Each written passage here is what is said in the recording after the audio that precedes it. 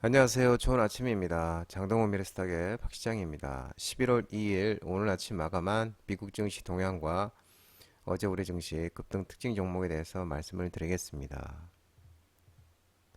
뉴욕 3대 지수는 예상대로 FMC 금리 동결에 상승 마감했습니다. 다우는 0.67% 상승 마감, 나스닥은 1.64% 상승 마감, S&P 500은 1.05% 상승 마감했습니다.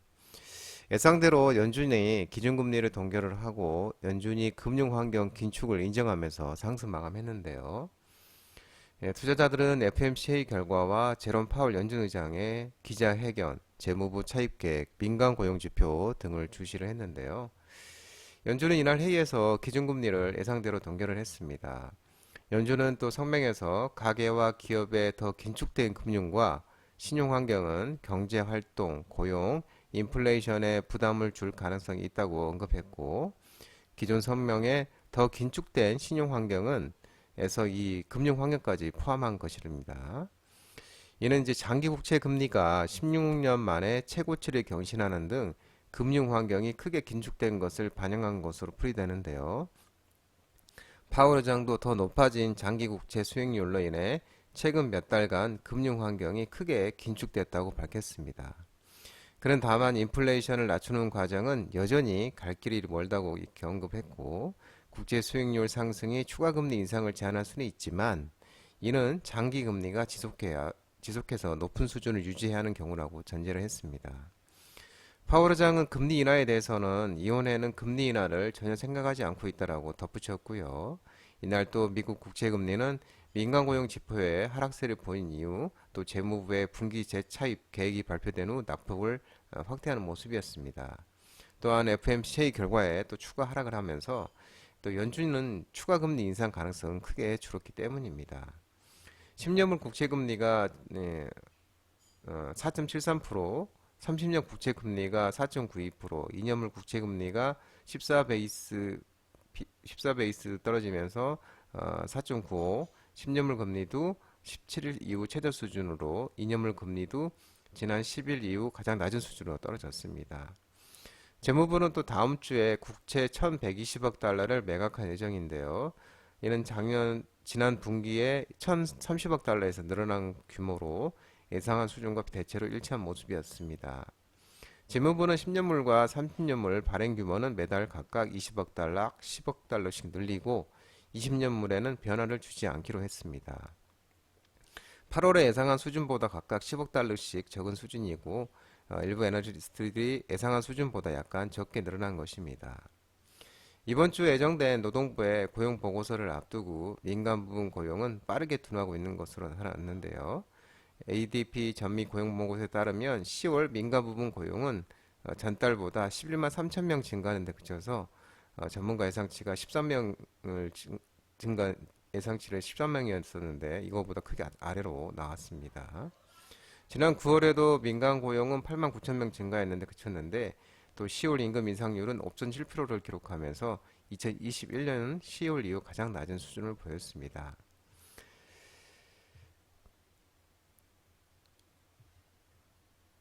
메타가 3.51% 상승하고 아마존은 2.94% 상승 마감했습니다. 반도체 지수는 2.33%로 상승했고 AMD가 후실적으로 발표를 했었죠. 그러면서 9.69%를 크게 오르면서 반도체 지수를 끌어올렸고 엔비디아도 3.79% 상승 마감했었고 인텔도 2.16, 퀄컴도 1.74, 또 TSMC도 1.73에서 반도체 지수들이 강한 모습을 보였고요. 전기차는 테슬라는 덩달아서 뉴욕 증시가 오르면서 덩달아서 2.40% 따라서 올랐고요. 205.66달러 마감했고 리비아는 이제 0.5, 루시드는 1.70, 니콜라는 2.78% 이렇게 하락 마감했습니다. 유럽 구역 증시도 독일, 프랑스, 영국 다 일제히 상승하는 모습이었고요. 국제유가는 미 연준의 기준금리 동결과 미국 원유 재고 등의 하락 마감을 했고요. WTI는 80.44달러 0.71% 하락 마감했습니다. 국제금값 또한 책 실현 매물에 하락 마감했으며 온스당 1980.5달러 0.3% 하락 마감하는 모습이었습니다. 어제 우리 증시도 1.03% 상승 마감했는데요. 반도체가 강세를 보이면서 저가 매수 유입 등의 기관이 4,631억을 순매수하면서 상승 마감했습니다. 외국인은 1,213억 순매도하였고요. 특징 종목으로는 하이트론이 상한가를 갔는데 상장 유지 결정을 하면서 거래되기 첫날 상한가를 갔고요.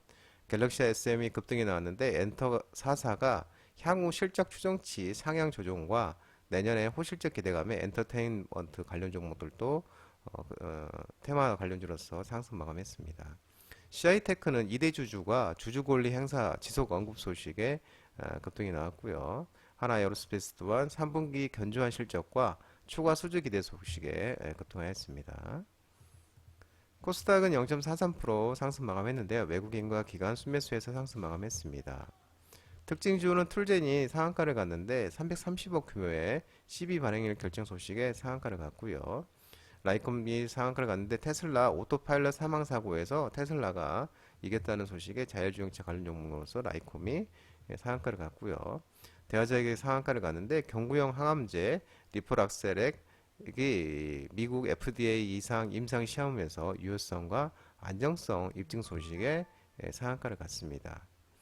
워트가 상한가를 갔는데요. 미국 필라델피아 반도체 지수 반등 속에서 삼성전자가 대규모 추진 계획과 또 디램 가격 상승 소식에 반도체 관련주로서 워트가 상한가를 갔고요. 제우스, BCNC도 반도체 관련주로서 급등하였습니다. 갤럭시 머니터리가 상한가를 갔는데 미국 번스타인이 비트코인 가격이 2025년 중반 15만 달러까지 상승한다는 이 전망 소식에 비트코인 관련주로서 급등이 나왔고요. 누리플랜이 상한가를 갔는데 김포와 성남 안산 소재 이 토지 건물 자산 재평가 실시 결정 소식에 누리플랜이 상한가를 갔고요. 에코가 상한가를 갔는데 국민의힘이 김포 서울시 편입 추진 모멘텀이 지속되면서 에코가 또 김포 생산물류센터와 부지를 갖고 있다는 소식에 이제 에코가 상한가를 갔고요. 진영은 김포 공장에 공장을 보유하고 있다는 소식에 급등이 나왔고 코컴 또한 김포의 물류단지 부지 보유 부각 소식에 또 급등이 나온 모습이었습니다. 로보티즈가 이제 급등이 나왔는데 모빌리티 혁신법 본격 시행을 앞두고 실외 자율주행 로봇 규제 샌드박스 1호 기업으로 부각이 되면서 급등이 나왔습니다. 장동호 미래스탁 전화번호는 166-3797이고요. 끝으로 장동호 대표 유튜브 채널 구독과 좋아요 많이 부탁드리고요. 알림 설정도 꼭 해두시기 바랍니다. 유튜브 채널 아래 보면 공유가 있습니다. 공유 소개 링크 많이 부탁드리고요. 유튜브 장중 라이브 무료 방송 진행하고 있으니까 혼자 하기 힘드신 분들이나 도움이 필요하신 분들은 언제든지 오셔서 많은 도움 받아가시기 바랍니다. 오늘 시장도 모든 분들 성투하시고요. 파이팅 하시기 바랍니다. 감사합니다.